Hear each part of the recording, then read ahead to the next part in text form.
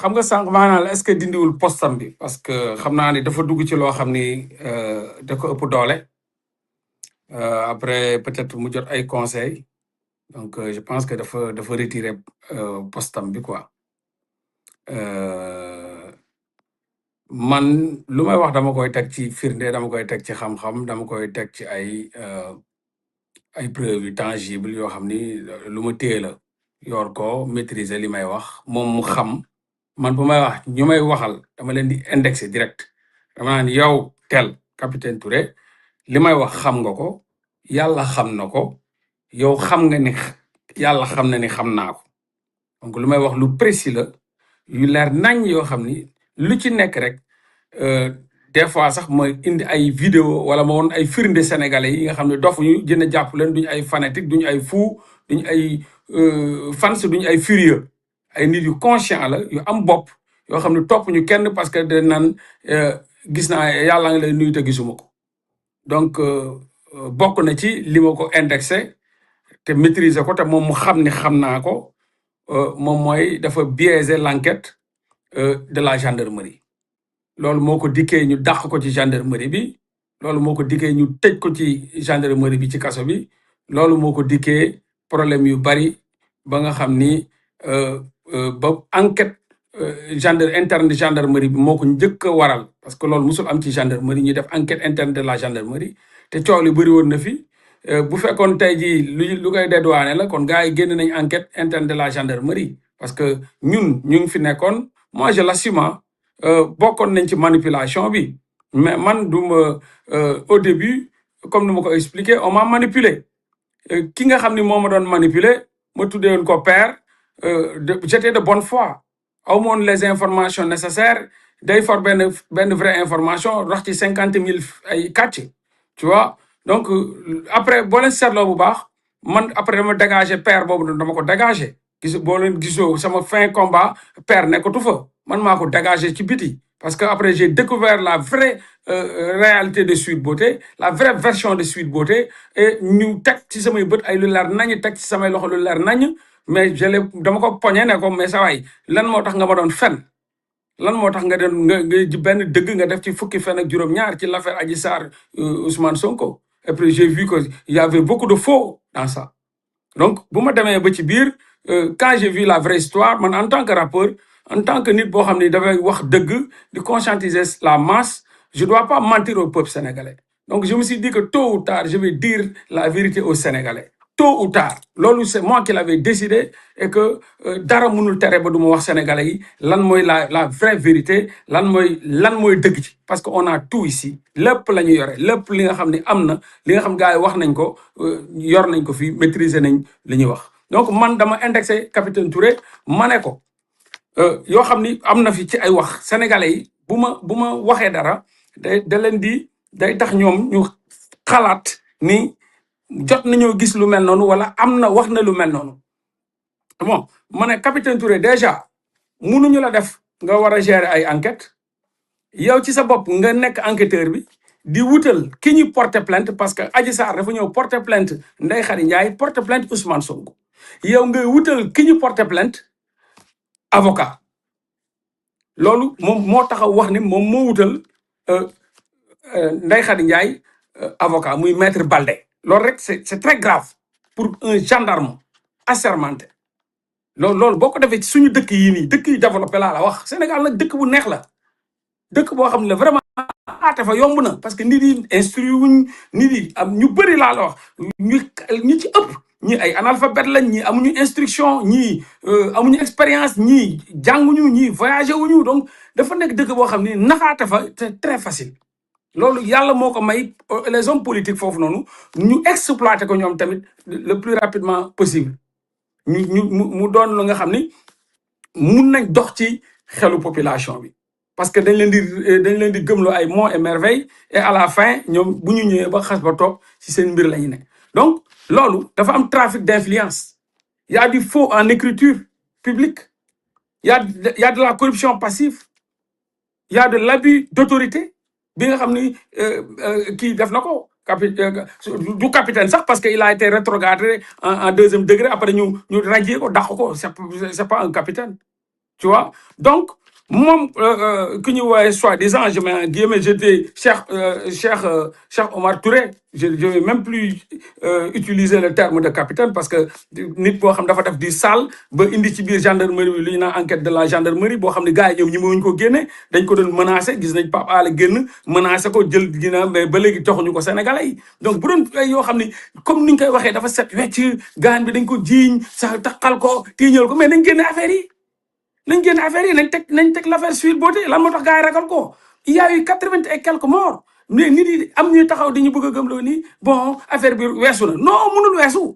y a des morts mënul weesu kenn mënu ko suul kenn mënul fexe ñu bàyyi l'affaire Sweet Beauté gis naa leen nag fu ne ni sonn nañ trop ñu ngi daw di ñëw oui bàyyi affaire bii bu ko déet maa koy teg ci digg table bi y a eu des morts y aura procès par force procès buy am ci tribunal yi wala man ma def procès bi. dogguma la moo la foofu laa bëgg a ñëw ak yow. donc nga ne Pape affaire bi Capitaine Touré a falsifié les PV. nga ne yore nga preuve yore nga vérité bi yore nga dëgg gi. lan moo ñu wóor ni moo la a des preuves tangibles lu leer loo xam ne du daray manipulation parce que ci say kaddu nee nga ñu il fut un temps manipuler nañ la mais dem nga ba xippi say bët jot li nga xamante ni mooy la vraie version léegi nag foofu lañ bëgg a àgg ak yow boo paree ak capitaine Touré ci li nga ko waxal et tamit capitaine Touré ci boppam la nga ko waxal lan mooy ses preuves ci lan ngay sukkandiku pour waxal ko parce que fi mu ne nii askan wi tamit des fois dañuy am problème pour comprendre la tantôt moo laa day jël benn chemin ñu dem ba ci biir mu changé waat jël beneen chemin après dikkaat ci beneen chemin bi finalement on veut avoir la vraie version de Mollah avec des preuves tangibles sur la table. Mollah musul am 5 versions musul am 6 versions Mollah benn yoon la musa wax dara retourner en arrière moom mooy recul stratégique mooy bu ma génnee photo bi tout mon parcours amul fu Mollah di waxee di ko rep di ko changé di ñëw di waxaat di ko changé ça c'est faux bu ma la bàyyee fii ba suba benn yoon nga gis ma def benn recul stratégique pour avoir maximum d'informations et plus d'informations j'ai prêché du faux pour avoir du vrai et j'ai eu le vrai quand j'ai eu le vrai je l'ai gardé j'ai dit à ces gens-là tôt ou tard dinaa révéler au peuple sénégalais la vraie réalité de Sweet Beauté man awma ay ñaari loolu c'est pas vrai il peut pas me diaboliser Abdoulaye Wade jaar na fi samay loxo Macky Sall jaar na samay loxo ku nekk jaar na samay loxo kon du ñii tout tànk yi nii ñoo ma mën a diaboliser mënul nekk man awma ay recul ak ay ñaari wax ñetti wax j'ai dit et assumé devant tout le monde que j'ai été manipulé par Abdourahmane Touré un boy là qui s'appelait Abdourahmane Touré que j'appelais père qui prenait benn information jaxase si sans fen ak juróom-ñaar j'ai tous les audios ici man ak moom sañu discussion yi tout j'ai tout enregistré bu may wax naan dinaa tegal preuve musuma tegal preuve ci table bi man ma woo ko réunion gelé wax ko lu ma koy wax xëpp ci kaani saaga ndey ak lu ne mun naa ko ba léegi maa ngi ko garder fii def naa ko parce que ay mensonge la def mensonge dérisoire donc man du ma nekk koo xam ni damay wut lu neex nit moo tax may wax naan portable bi lépp a ngi ci portable bi yàgg naa ko wane ne portable bi lépp a ngi ci l'affaire Sweet Beauté Adji Sarr moo tax ma garder ko ni ak nu muy xënt yi yëpp maa ngi ñaar fukki junni portable mais j'ai gardé ça parce que portable bi amul lu ci nekkul. étape léegi ñu jeexal kaawu capitaine Touré bi ak responsabilité am. léegi capitaine Touré parce que tey moom ma ne capitaine Touré dafa falsifié point par point. waaw mu leer. kon ay ca ñu yeggali ci capitaine Touré. ma ne capitaine Touré dafa falsifier les PV. luy sa preuve. il a fait fuiter li nga koy waxal ni moom weddi na ko. non weddi wu ko de donc foo ko gis mu weddi ko. capitaine Touré se sent innocent dans cette affaire. capitaine Touré a falsifié les PV. capitaine Touré am na boo demee seetaan conférence de presse Serigne Bassirou Gueye ma ngay wax journaliste ba wax ay yenn yoo xam ni ay enquêtes yoo xam da ko effacé ci biir yi incriminé Ousmane Sonko da ko effacé ci lu Adji Sarr wax mu ñëwaat jëlaat PV boobu noonu avant mu ko jox procureur transmettre procureur mu fuité ko publiquement ci internet bi yow yaa ko njëkk a jot procureur bu weesoo lu ma la ne moo wutal avocat Ndeye Khady Ndiaye 2 mu falsifier PV yi am yu mu effacé ba pare jël ko publier ko publiquement dugal ko ci internet bi avant moom mu koy transmettre même le procureur bi nga xam ni moom moo ko sant liggéey bi ne ko defal ma liggéey bi indil ma ko kon rapport boobu balaa kenn di ko jot procureur war na ko jot te nii la nga gis Bassirou Gueye taxaw def conférence de presse ne man balaa maa jot ci PV yi mi ngi ci internet bi. bu pensé que gendarmerie dafa ñëw rek jàpp ko nii jël ko takk ko rajee ko tëj ko ci kaso bi mu génn mais nañ ko delloo ko bu fekkee ne dañ ko tooñ vous pensez mu def filmam boobu ne def il est allé se réfugier à Touba ñëw di déclarer ne dafa dof c'est sa première sortie on a vu son père taxaw ne oui dof na dafa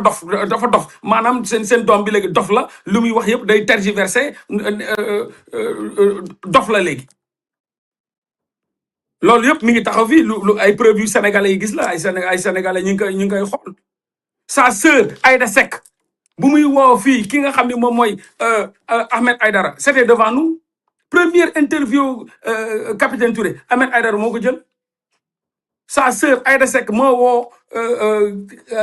Pape Alé Niang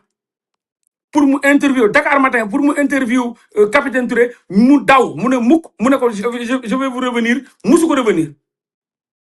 sa sœur Aïda Seck mujj contacter Pape Djibril Fall bu newoon TFM ñi ngi may dégg Pape Djibril Fall ne ko loolu de buñ ko indee interview yi fii moom du daw mu woo ki nga xam ne mooy Mamadou Fofana bu Sen TV moom la sœur de Cheikh Omar Touré mu woo Mamadou Fofana Sen TV Mamadou Fofana ne ko fii moom man mënu ma la interview moom mooy boobu muy wut fu mu laxatoo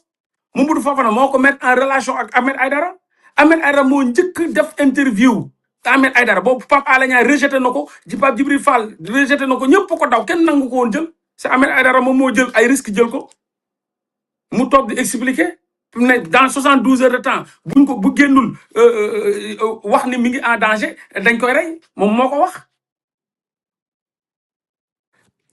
Ahmed Aïdara invité ko tës ak seen jotaay interview boobu mi ngi ci internet bi on était là nala wuñu biir kër Bougane Gueye Dany lañ defee interview boobu noonu d'accord biir kër Bougane Gueye Dany la kii Cheikh Oumar Touré defee interview boobu ak Ahmed Aïdara on était là vous pensez que les rapports on en a tous les rapports ñi ngi ak moom je peux vous montrer dama lay woon lu ndaw rek laa lay woon lu ndaw parce que nit doo yor say arme di ko kii donc ça c'est les rapports écoute bien xaaral nu ma la ko mën a defalee fii ça c'est les rapports ah c'est les rapports moo gars xaaral ça c'est les rapports yoo xam ne génnul kenn publié wu ko kenn génnewu ko ça c'est des rapports sois précis ban rapport lii c'est les moom mooy am naa Adji Sarr ak Sonko bu ñu nekkee ci bureau Maham Diallo am naa Adji Sarr ak Ndeye Khady Ndiaye les vrais rapports qui sont yi nga xam ne moo existé ak yi nga xam ne capitaine Touré da ko falsifié les PV